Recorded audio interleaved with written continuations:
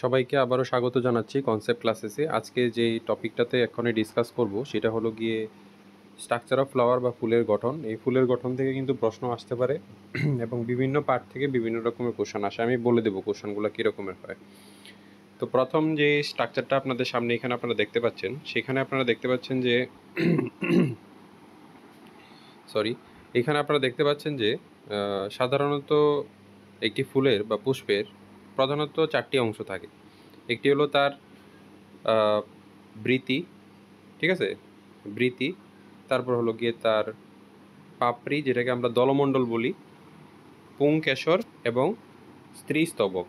এই 4টি প্রধানত তার অংশ, ঠিক আছে। এবার স্ত্রীস্তবকের মধ্যে 3টি অংশ থাকে দেখুন, ঠিক আছে। স্ত্রীস্তবক যেটা আছে এটার মধ্যে 3টি অংশ থাকে। একটি হলো গিয়ে গর্ভমুণ্ড, গর্ভদণ্ড ও গর্ভাশয়। আমি পরবর্তী ডায়াগ্রামের মধ্যে আমি বোঝাবো।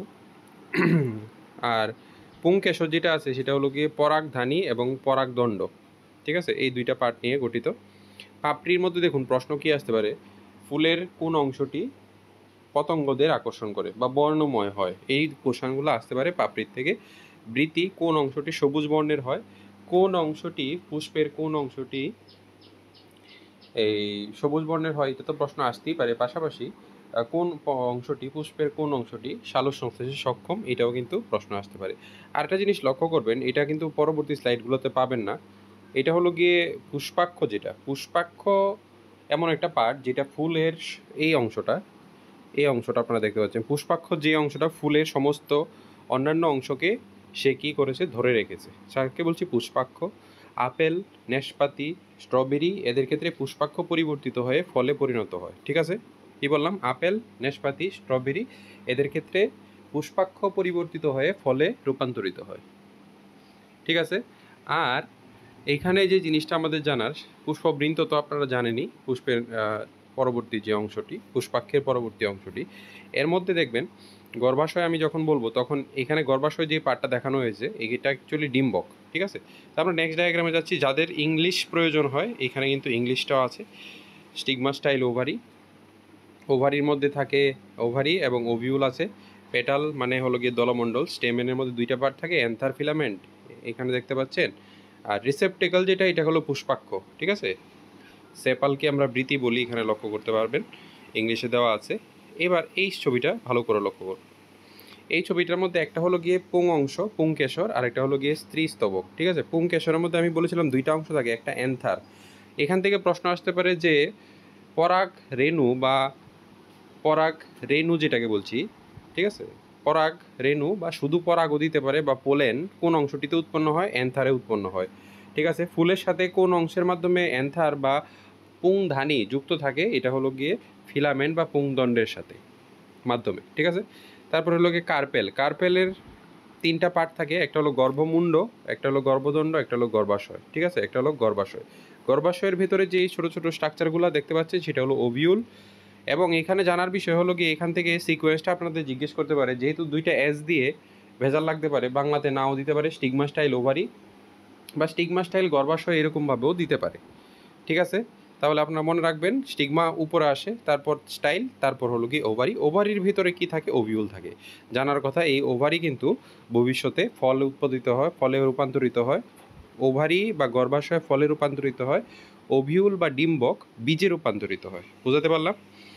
নেক্সট যে পার্টটা সেটা আমরা দিয়েছি পলিনেশন, ঠিক আছে। পলিনেশন, এটা নিয়ে অনেক কনফিউশন থাকে, ঠিক আছে, অনেক কনফিউশন থাকে। তো পলিনেশনের ব্যাপারটা আমি একটু হাইড করে দিচ্ছি এই জায়গাটা। পলিনেশন মানে কি? ট্রান্সফার ও পোলেন গ্রেন, এটা আমরা জানি। পলিনেশন 2 প্রকার হয়, এটাও জানি, সেলফ পলিনেশন আর হলো গিয়ে ক্রস পলিনেশন। সেলফ পলিনেশন মানে যদি একই গাছের মধ্যে পরাগ সংযোগ হয় তখন সেটাকে আমরা সেলফ পলিনেশন বলি।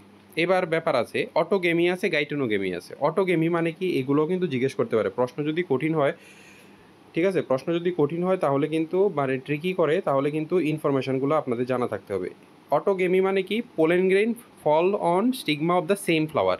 মানে একই পুষ্পের যদি উভয়লিঙ্গ পুষ্প হয় তাহলে একই পুষ্পের পরাগরেণু যদি সেই পুষ্পের গর্ভমুণ্ডে পাতিত হয় তখন সেটাকে অটোগেমি বলবো আমরা, ঠিক আছে। গেটোনোগেমি কি?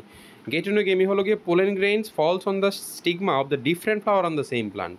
মানে একই উদ্ভিদের 2টা পুষ্প আছে, মানে হলো গিয়ে বাইসেক্সুয়ালও হতে পারে, ইউনিসেক্সুয়ালও হতে পারে, মানে এক লিঙ্গ হতে পারে, উভয় লিঙ্গ হতে পারে। একটি উদ্ভিদ আছে তার দুইটি পুষ্প, সেখানে একটার থেকে আরেকটাতে ট্রান্সফার হচ্ছে একই উদ্ভিদের মধ্যে, আর এটা হলো গিয়ে একই পুষ্পের মধ্যে ট্রান্সফার হচ্ছে, তখন সেটাকে আমরা কি বলবো? অটোগেমি বলবো। আর যদি দুইটা ফুলের মধ্যে হয় একই গাছে, গাইটেনোগেমি বলবো। ঠিক আছে? ক্রস পলিনেশন মানে কি? ক্রস পলিনেশনকে কিন্তু জেনোগেমি বা ইতর পরাগ সংযোগও বলে। জেনোগেমি বা অ্যালোগেমি, এই দুইটা ওয়ার্ড কিন্তু মনে রাখবেন।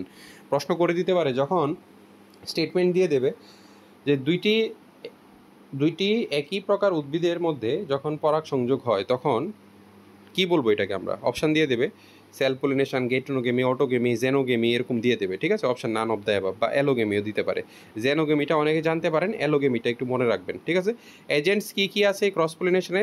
দুইটা এজেন্ট হয়, একটা হলো বায়োটিক এজেন্ট, একটা হলো অ্যাবায়োটিক এজেন্ট, আর একটা হলো বায়োটিক এজেন্ট। মানে জৈব উপাদান যারা পরাগ সংযোগে সাহায্য করছে তাদেরকে বায়োটিক বলছি, আর যারা অজীবজ তাদেরকে বলছি আমরা অ্যাবায়োটিক। যেমন এনিমোফিলি হতে পারে। এনিমোফিলি মানে কি?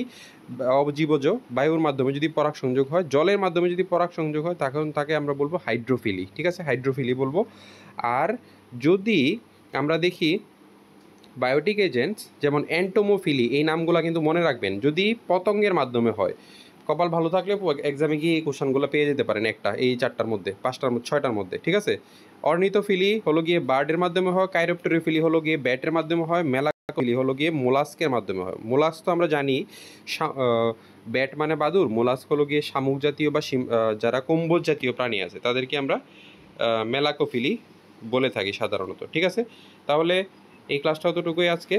আপনারা এই পার্টটা ভালো করে দেখবেন এবং অবশ্যই ভিডিওটাকে লাইক, সাবস্ক্রাইব এবং শেয়ার করবেন আপনাদের বন্ধুবান্ধবদের কাছে এবং বিভিন্ন যে গ্রুপ আছে আপনাদের, যাতে সবার কাছে ভিডিওগুলো পৌঁছে যেতে পারে। Thank you.